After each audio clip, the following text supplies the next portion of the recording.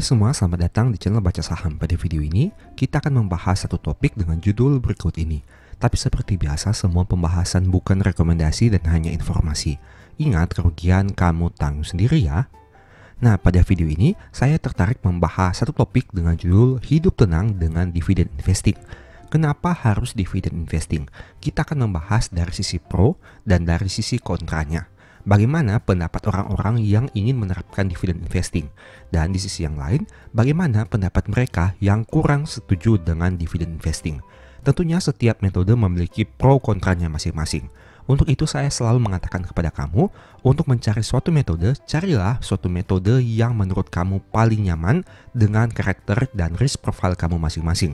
Mungkin saja dividen investing ini menarik bagi investor A, tapi investor B mungkin merasa sangat membosankan, tidak memiliki tantangan, dan memiliki potensi profit yang jauh lebih rendah. Untuk itu mari kita coba bahas secara sekilas terkait dua sudut pandang tentang dividen investing, yang pro dan yang kontra. Langsung saja kita masuk ke dalam pembahasannya. Poin pertamanya, bagi mereka yang pro tentang dividen investing, dividen adalah cash flow rutin yang akan diterima setiap tahun.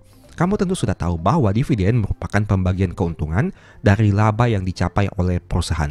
Semakin besar laba yang dicapai, seharusnya dengan asumsi payout rasionya stabil, dividen yang akan diterima oleh pemegang saham menjadi semakin besar.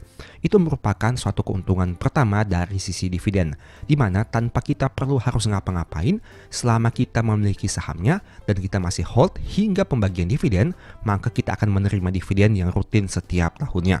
Dan menariknya, kita hanya beli saham satu kali, tapi kita akan mendapatkan dividen berkali-kali dengan catatan selama kita masih memiliki saham tersebut. Artinya, tidak peduli harga akan naik atau harga akan turun, selama kita masih memiliki lembar saham di portofolio, kita berhak sebagai pemegang saham untuk memperoleh dividen apabila perusahaan memutuskan untuk membagikan dividen di tahun tersebut. Sekarang bagaimana dari sisi mereka yang kontra? Meski cenderung lebih rutin karena diterima setiap tahun, tapi secara persentase dividen yield lebih kecil dari capital gain. Ini merupakan statement yang sering dikatakan oleh mereka yang kurang setuju dengan dividen investing. Kamu tentu tahu bahwa persentase dividen yield mungkin berkisar di angka 5% pada kondisi yang stabil. Memang di tahun 2025 ini, banyak saham big caps yang menawarkan dividen yield yang bahkan di atas 7 hingga 8%. Tapi dengan persentase seperti itu, apakah persentasenya cukup menarik bagi kamu? Beberapa orang tertentu tentu merasa angka tersebut cukup kecil jika dibandingkan dengan potensi capital gain yang bisa berada di angka 10%, 15%, 20%, dan seterusnya. Nah, tapi kembali lagi, ini sama seperti hukum ekonomi di mana high risk, high gain, low risk, low gain. Memang untuk dividen ini angkanya cenderung bisa lebih stabil karena diterima setiap tahun. Tapi secara persentase biasanya lebih kecil.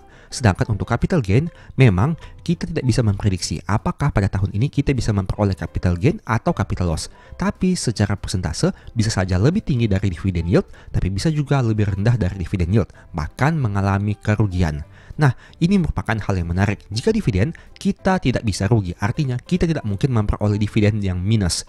Tapi, kita hanya bisa memperoleh dividen yang kecil atau tidak mendapat dividen. Sedangkan untuk capital gain, kita bisa memperoleh capital loss alias portofolio kita menjadi minus akibat melakukan transaksi jual dan beli. Meskipun pada intinya kita bisa harus melihat dari sisi total portofolio, tapi dividen memberikan pandangan yang berbeda di mana kemungkinan terburuknya adalah tidak membagi dividen, bukan mendapatkan dividen yang minus.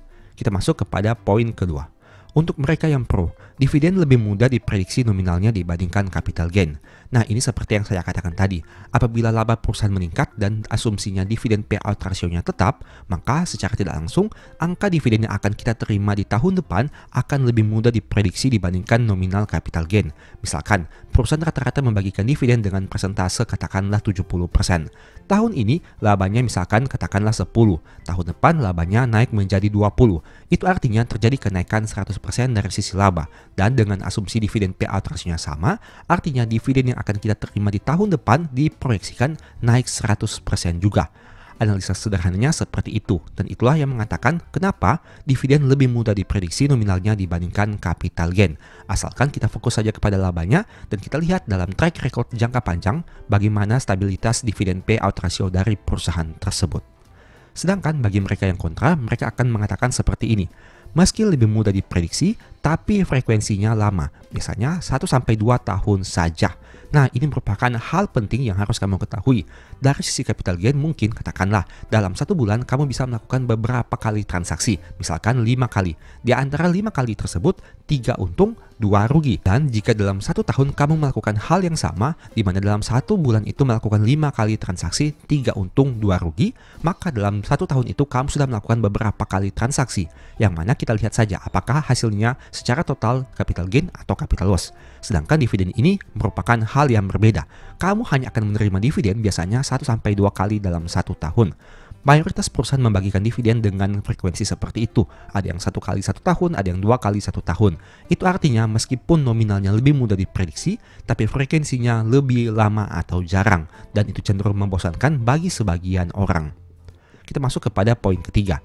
Bagi mereka yang pro, dividen membuat pemegang saham tidak terlalu melihat naik turun harga saham. Karena mereka fokus kepada jumlah dividen yang akan mereka terima. Mau harga naik, mau harga turun, selama keputusan perusahaan itu hasil RUPS-nya dividennya sekian, itulah yang akan mereka terima. Dan mereka ini merupakan pemegang saham yang lebih berfokus kepada laba perusahaan. Karena dengan dividen yang akan diterima itu akan bergantung kepada berapa besar laba yang berhasil dicapai oleh perusahaan. Sedangkan bagi mereka yang kontra, mereka akan mengatakan untuk memperoleh dividen yield yang lebih tinggi, tentu harus beli di harga yang lebih rendah. Artinya tetap saja harus pantau harga saham. Misalkan, katakanlah harga saham Rp1.000 dan kita akan memperoleh dividen per share sebanyak Rp100. Dengan kata lain, kita memperoleh dividen yield 10%. Tapi jika harga sahamnya turun ke angka 500, maka persentase dividen yield kita tentu akan lebih tinggi karena harga sahamnya turun dan dividen per share-nya tetap. Dengan kata lain, seorang dividen investor juga bagi mereka yang kontra menganggap bahwa tetap harus melihat harga saham. Karena untuk mendapatkan dividen yield yang lebih tinggi, mereka butuh membeli di harga yang lebih rendah. Begitu juga sebaliknya, jika harga saham kembali mengalami kenaikan dengan signifikan, maka secara dividen yield, apabila mereka baru mau membeli saham tersebut, angkanya akan menjadi lebih kecil. Dengan kata lain, tetap saja harus melihat harga saham dan bukan bersifat pasif 100%. Kita masuk kepada poin keempat. Bagi mereka yang pro, dividen bisa dikompaundingkan agar di masa depan nominal yang diterima bisa semakin banyak. Saya sudah sering membahas topik terkait hal ini. Bukan hanya capital gain yang bisa compounding, tapi dividen juga bisa. Dan dividen yang kecil saat ini bisa saja menjadi lebih besar di kemudian hari dengan catatan perusahaan konsisten cetak laba yang bertumbuh, payout rasionya stabil, kita compoundingkan dividen yang diterima setiap tahun dan rutin melakukan top up dana. Nah, itu merupakan beberapa pertimbangan yang bisa kita lakukan agar nominal dividen yang diterima semakin besar dari waktu ke waktu. Artinya dividen ini merupakan suatu hal dari keuntungan pasar modal yang bisa kita compoundingkan. Saat ini kecil, di masa depan diharapkan bisa semakin banyak. Sedangkan bagi mereka yang kontra, mereka akan mengatakan seperti ini. Nominal keputusan dividen yang dibagikan tergantung RUPS. Sedangkan kalau nominal capital gain tergantung kemampuan masing-masing pemegang saham. Artinya untuk mendapatkan dividen kita harus menggantungkan nasib kita kepada pemilik keputusan, yaitu pemegang saham mayoritas berdasarkan hasil RUPS. Sehingga meskipun kita memprediksi labanya naik, dividen payout rasionya tetap dan lain sebagainya, selama hasil keputusan RUPS itu tidak sesuai dengan prediksi kita, maka nominal dividennya juga tidak akan sesuai dengan prediksi kita. Sedangkan sebaliknya, kalau untuk capital gain tergantung kepada kemampuan masing-masing investor. Dia jago, dia akan mendapatkan capital gain dari selisih jual dan belinya. Begitu juga dengan sebaliknya. Artinya dividen ini masih memiliki ketergantungan dengan pihak lain, sedangkan capital gain hanya berfokus kepada kemampuan masing-masing. Poin kelima, bagi mereka yang pro, dividen fokus kepada lembar saham, bukan harga saham. Nah, tentu hal ini berkaitan dengan poin nomor 4 yang tadi kita bahas, di mana compounding dividen. Itu artinya dengan compounding dividen, kita mengharapkan lembar saham kita semakin lama semakin banyak. Karena dividen yang kita terima, kita belikan saham lagi untuk mendapatkan lembar saham yang lebih banyak. Semakin banyak lembar saham, dividennya juga semakin banyak. Dan dengan dividen yang semakin banyak itu, kita compoundingkan lagi dengan membeli lembar saham. Artinya dividen fokus kepada lembar saham, bukan kepada harga saham. Mau harga naik, mau harga turun, selama lembar saham kita bertambah dengan signifikan secara terus-menerus, maka diharapkan dividennya akan semakin besar juga. Sedangkan bagi mereka yang kontra, mereka akan mengatakan seperti ini. Meski fokus kepada lembar saham, tetap saja profit atau loss dihitung dari total portofolio, yaitu dividen ditambah capital gain. Kalau capital loss-nya lebih banyak, tetap saja rugi. Maksudnya di sini, meskipun kita menerima dividen yang rutin dengan nominal yang pasti setiap tahun, tapi jika ditotal secara total portofolio, Nominal floating loss-nya lebih besar dari nominal dividen yang kita terima, alhasil tetap saja kita mengalami kerugian dari sisi total portofolio. Artinya dividen yang kita terima itu akan menjadi kurang berarti jika nominal portofolio ini tetap saja rugi. Tapi kembali lagi, setiap orang punya sudut pandangnya masing-masing. Ada orang yang mungkin lebih berfokus dalam jangka panjang, di mana mereka fokus untuk balik modal dari dividen dan tidak terlalu mempedulikan naik turun harga saham di portofolio. Tapi ada juga di sisi yang lain yang mengatakan bahwa meskipun kita menerima dividen secara rutin, tapi jika total portofolio masih floating loss secara umum, maka tetap saja kita mengalami kerugian di pasar modal. Dan itu yang menjadi pertanyaan, apa manfaatnya kita masuk ke pasar modal jika nyatanya masih rugi saja? Poin ke-6, dividen bisa memberikan financial freedom kepada pemegang saham jika telah mencapai nominal tertentu, misalnya setara gaji. Nah, ini merupakan hal yang diimpi-impikan oleh para dividen investing, di mana mereka berharap akan ada suatu momen di mana dividen yang mereka terima setiap tahun itu lebih besar atau mungkin setara saja dengan gaji yang mereka terima. Sehingga dengan hal tersebut mereka jadi memiliki opsi tentang pekerjaan mereka, mau lanjut kerja karena passion, atau mau berhenti karena sudah memiliki penghasilan secara rutin yang diterima yang setara dengan gaji atau bahkan melebihi gaji. Ini merupakan keuntungan ke-6 dari mereka yang pro terkait dividen investing, di mana dividen ini bukan hanya memberikan cash flow secara rutin, bukan hanya nominalnya lebih stabil dan lebih mudah diprediksi, tapi diharapkan di masa depan bisa memberikan kebebasan dari sisi waktu kepada pemegang sahamnya.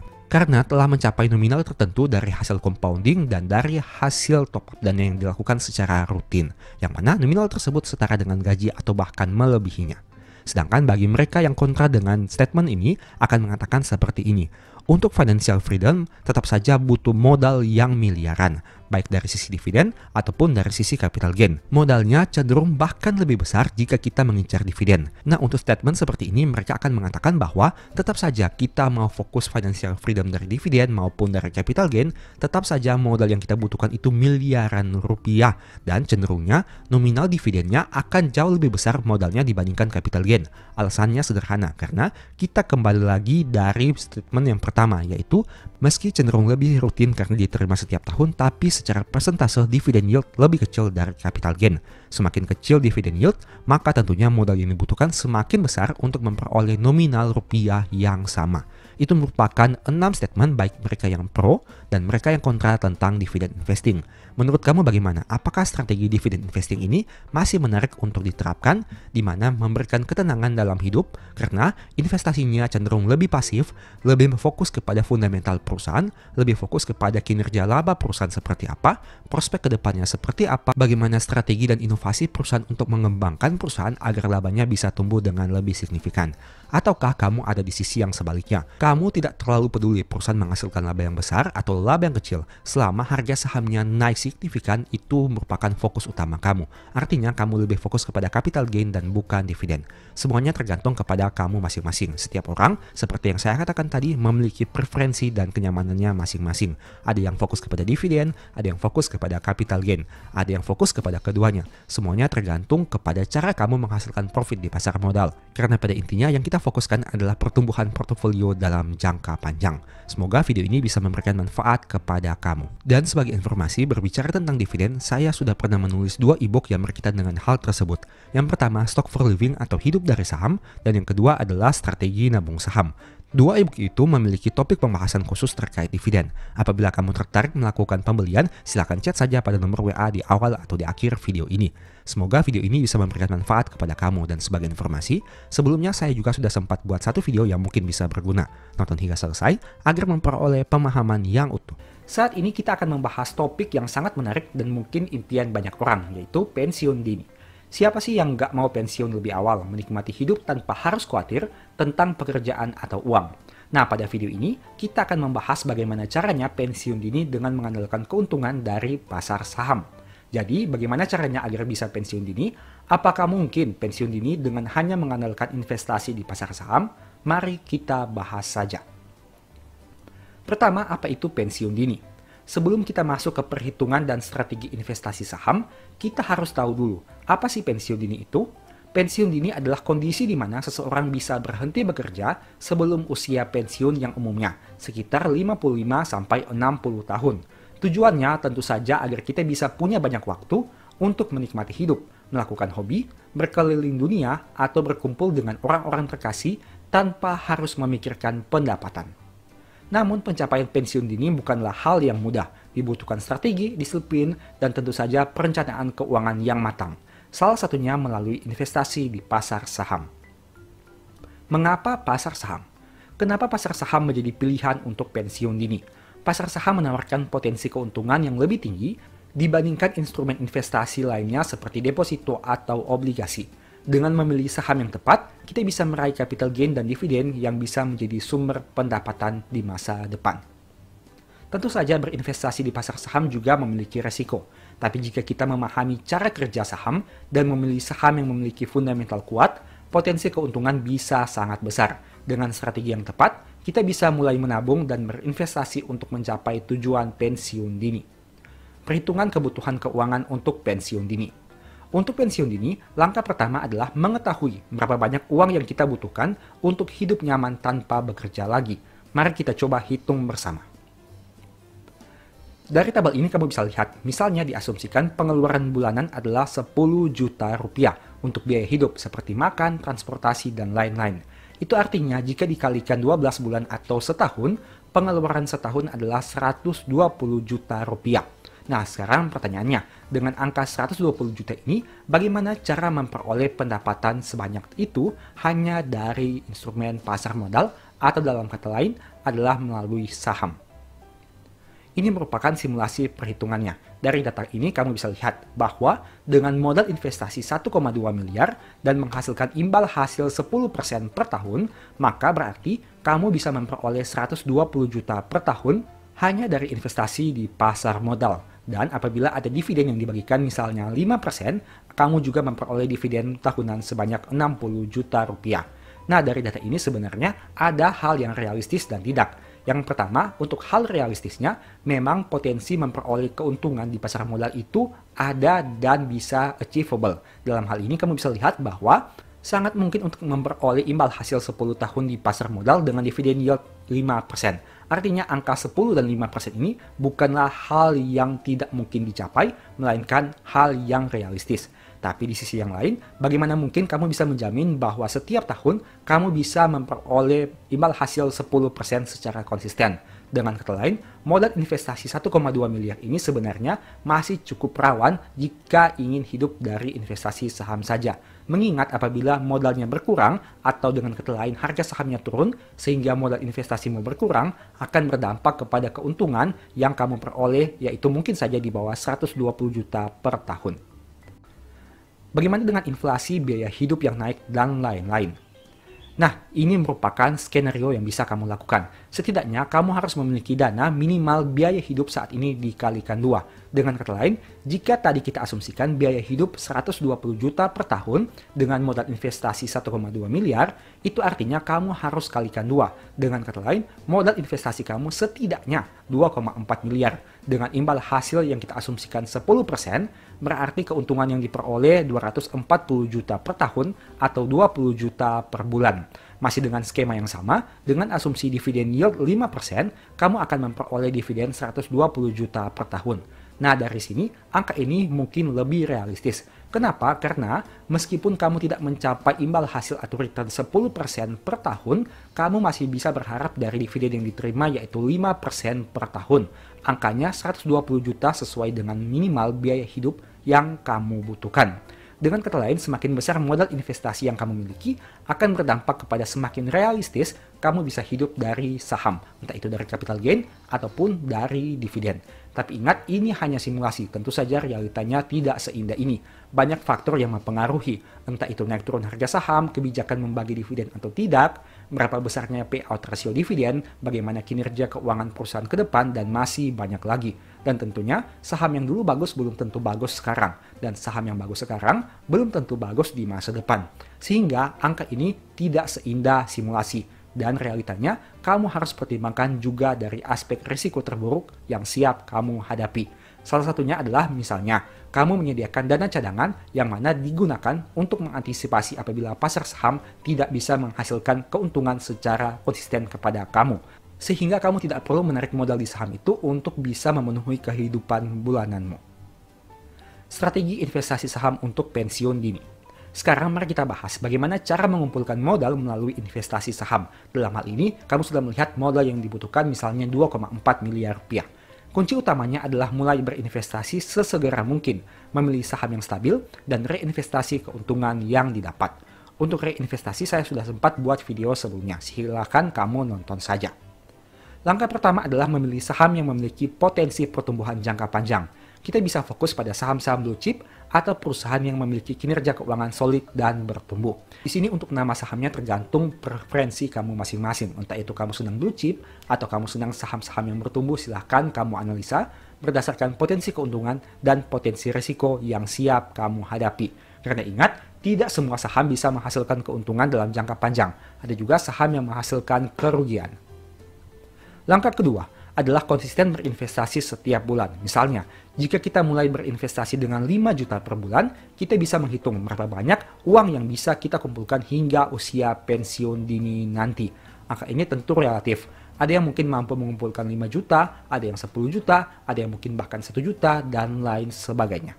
Kunci dari perhitungan ini sebenarnya ada 3. Yang pertama adalah modal awal. Berapa banyak modal awal yang bisa kamu alokasikan. Semakin besar modal awal tentunya semakin baik. Kedua, modal top up rutin. Nah, menurut saya ini lebih penting dibandingkan modal awal, di mana berapa banyak modal top up yang bisa kamu komitmenkan untuk di top up setiap bulan atau setiap periode tertentu. Semakin banyak tentu semakin baik. Dan yang ketiga yang tidak kalah pentingnya adalah return per tahun. Apabila modal awal kamu banyak, modal top up rutin juga banyak, dan return per tahun kamu juga baik, maka untuk mencapai target dananya bisa lebih cepat. Tapi sebaliknya, apabila modal awal kamu sedikit, modal top up rutin kamu juga sedikit, dan return kamu jelek, maka untuk mencapai angka ideal itu akan membutuhkan waktu yang sangat lama. Sebenarnya permainan dari perhitungan ini hanya tergantung dari 3 aspek ini saja. Tentu saja realita tidak seindah simulasi, sehingga kita juga perlu realistis melihat hasil perhitungannya. 1% dari 100 juta hanya 1 juta, tapi 1% dari 1 miliar sudah 10 juta.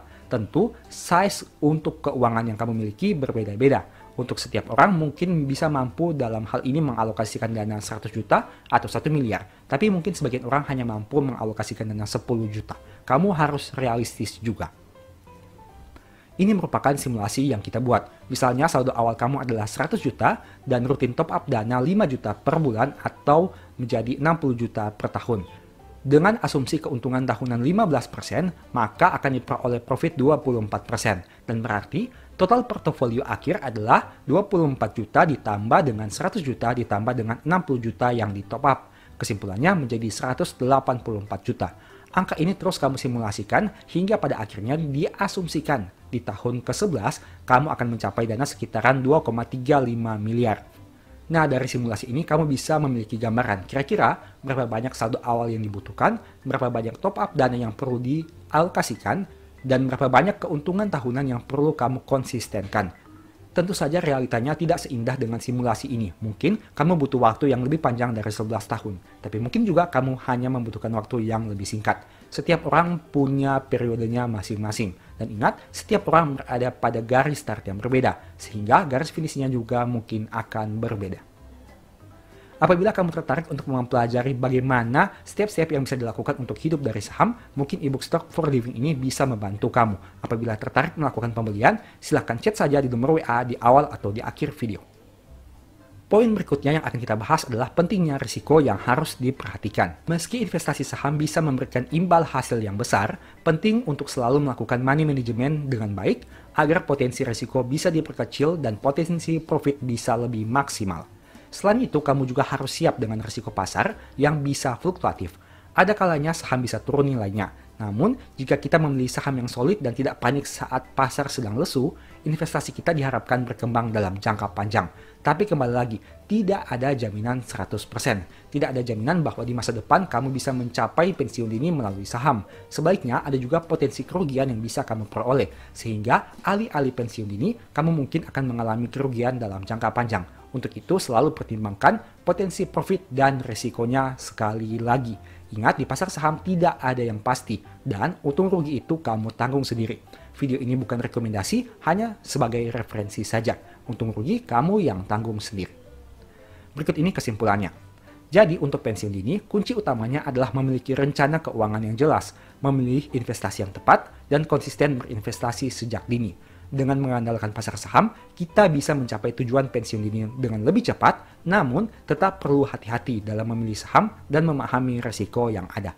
Kembali lagi, tidak ada yang menjamin 100%. Itu semua adalah probabilitas. Kamu mungkin bisa profit, bisa juga rugi. Kamu mungkin bisa pensiun dini, tapi kamu juga mungkin bisa rugi. Intinya, kamu harus pertimbangkan berbagai hal sebelum mengambil keputusan.